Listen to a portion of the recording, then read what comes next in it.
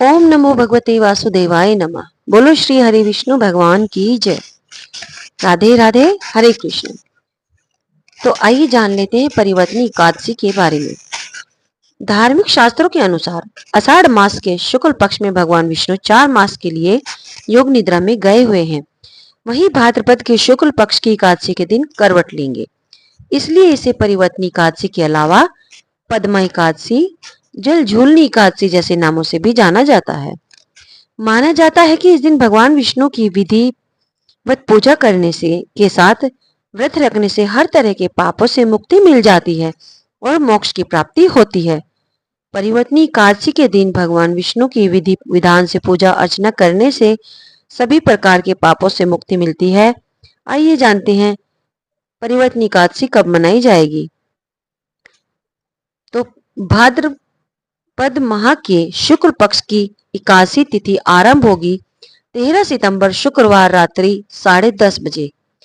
भाद्रपद माह के शुक्ल पक्ष की एकादशी तिथि समाप्त होगी 14 सितंबर शनिवार रात्रि 8:41 पर। तो उदय तिथि के अनुसार परिवर्तनी एकादशी 14 सितंबर 2024 शनिवार को है। जैसा कि सब जानते हैं कि चातुर्मास में विष्णु जी योग निद्रा में रहते हैं और उनका शयन काल रहता है। ऐसे में इस एकादशी पर विष्णु जी करवट बदलते हैं। इस व्रत के पुण्य प्रताप से साधक की हर मनोकामना पूरी होती है, साथ ही जीवन में खुशियों का आगमन होता है। तो अब जान लेते हैं परिवर्तनी एकादशी का शुभ मुहूर्त क्या है।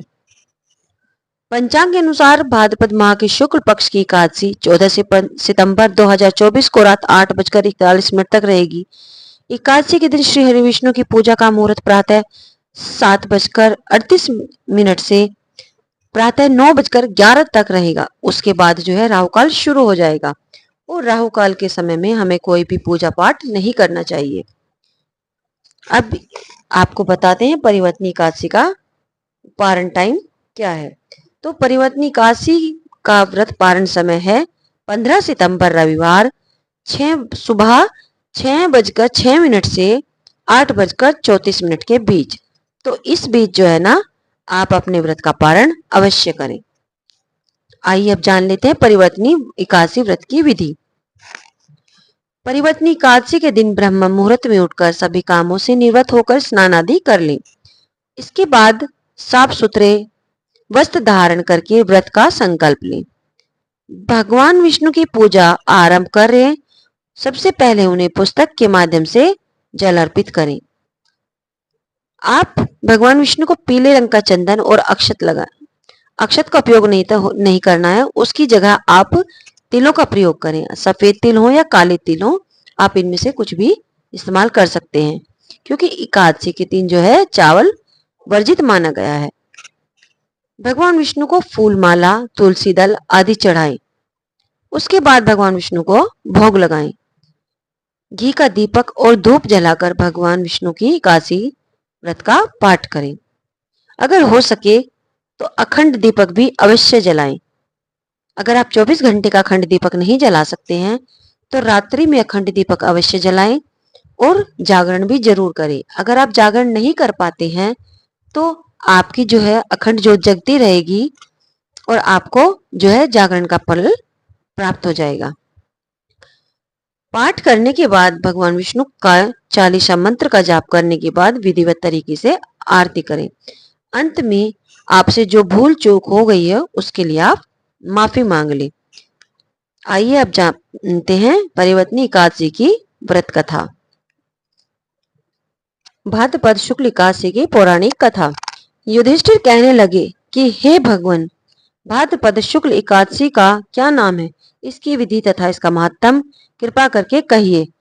तब भगवान श्री कृष्ण कहने लगे, इस पुण्य स्वर्ग और मोक्ष को देने वाली तथा सब पापों का नाश करने वाली उत्तम वामन एकादशी का महत्तम मैं तुमसे कहता हूँ, तुम ध्यानपूर्वक सुनो।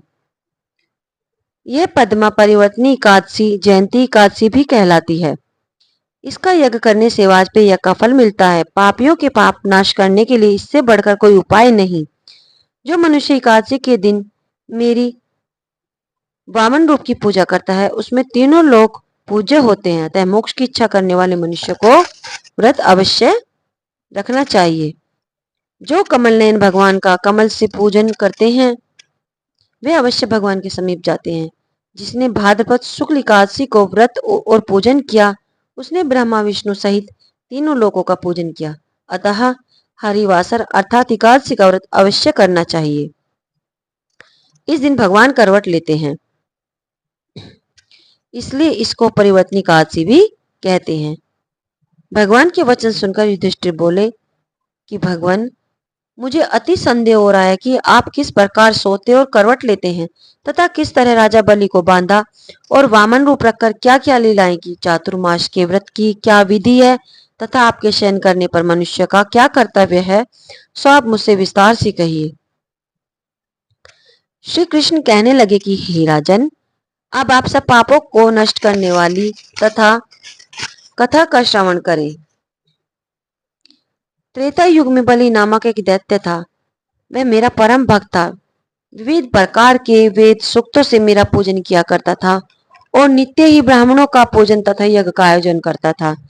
लेकिन इंद्र से द्वेष के कारण उसने इंद्रलोक तथा सभी देवताओं को जीत लिया। इसी कारण सभी देवता एकत्र होकर सोच विचार कर भगवान के पास गए।